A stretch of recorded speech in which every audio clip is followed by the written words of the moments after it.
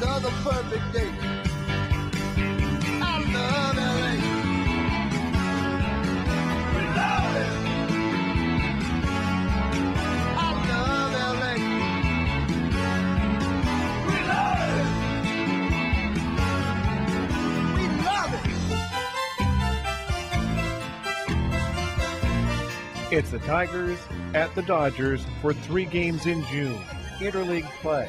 And Christopher and I decide we want to get a good look at this classic ballpark.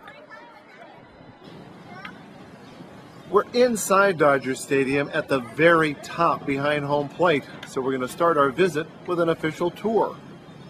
Here we are, the 3rd oldest ballpark in Major League Baseball. Let me know the first oldest one. Fenway. Ooh, excellent. 1912. Second one. Wrigley. To Chicago. Wrigley, yeah. Wrigley, 1914. Here at Dodger Stadium, we open up our doors when? 1663. How do we know that to be true? We saw it on the dugout. There you go. Good answer. Good answer. This memorabilia was donated by a collector. They preserve a lot of things from the past here. You have this little golf cart. If you came back in the 70s, a lot of the stadiums converted golf carts into a ball, a mascot, or whatever. This was one of those areas that we used where the pitcher would come out from the bullpen, from the home team. He would be driven by the driver to the mound, and that cart would go back into the bullpen. You know, I mentioned about how we played the Coliseum. These are 4 pictures of the LA Coliseum, how we turn a football field into a ballpark. You can see right there where it has a torch.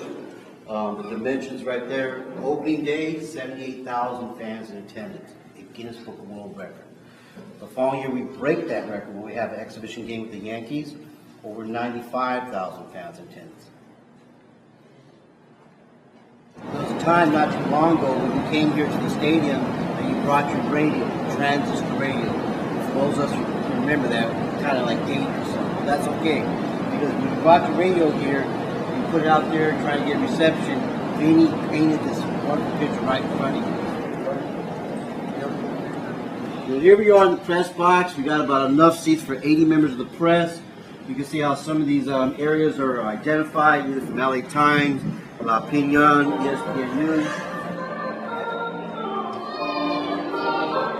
All right, here we are with the organ. Nancy B. Heffy is our most current organist. She joined us in 1988. This is not the original organs. The Dodgers have actually had an organ since 1942. They were the 2nd team. They heard about the Cubs having one, so they decided to have one as well. Now, somebody who grew up with an organist in Pittsburgh, I like it. But more on the game experience later. Right now, let's go down on the field. One rule, don't step on the grass, which is longer in the infield to slow down those hot grounders.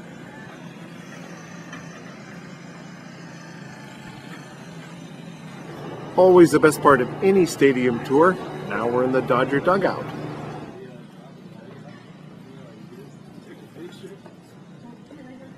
This is a team with a rich history.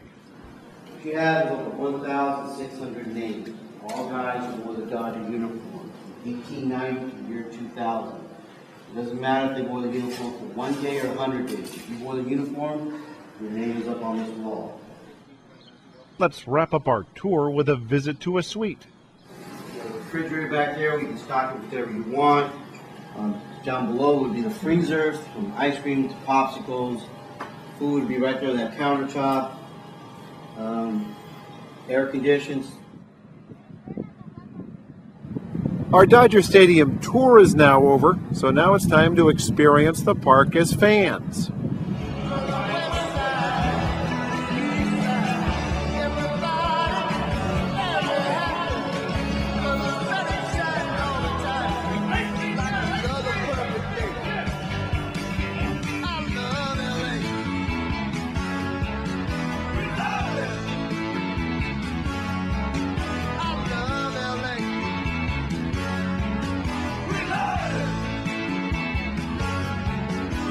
love it.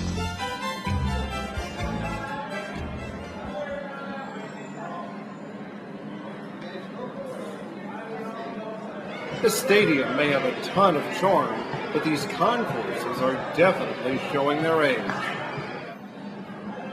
Who can resist a bottle of Dodger Blue Water? And that reminds me, we're here for a ball game. Now, the crowds weren't big, but they were enthusiastic. And in typical LA fashion, they didn't stay too long either, leaving before the 9th inning. Now, the third game was the best, not just because it was the only game the Tigers won, but also because it was a throwback game, a day game featuring the Brooklyn Dodgers.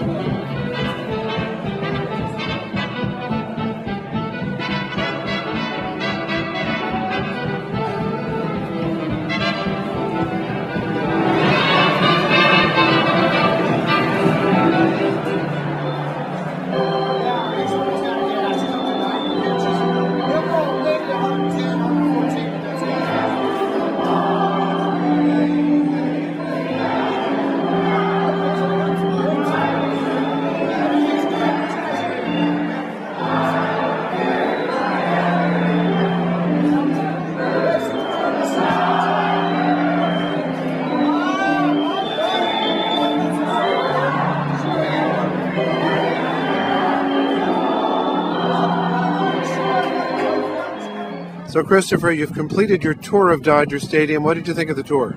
I thought it was great. I really liked it. Anything special about the tour that stood out? They took us down on the field and let us go out into the home dugout. That was neat. Also, we were allowed to go into the press box, which is something we commoners would never usually be allowed to do.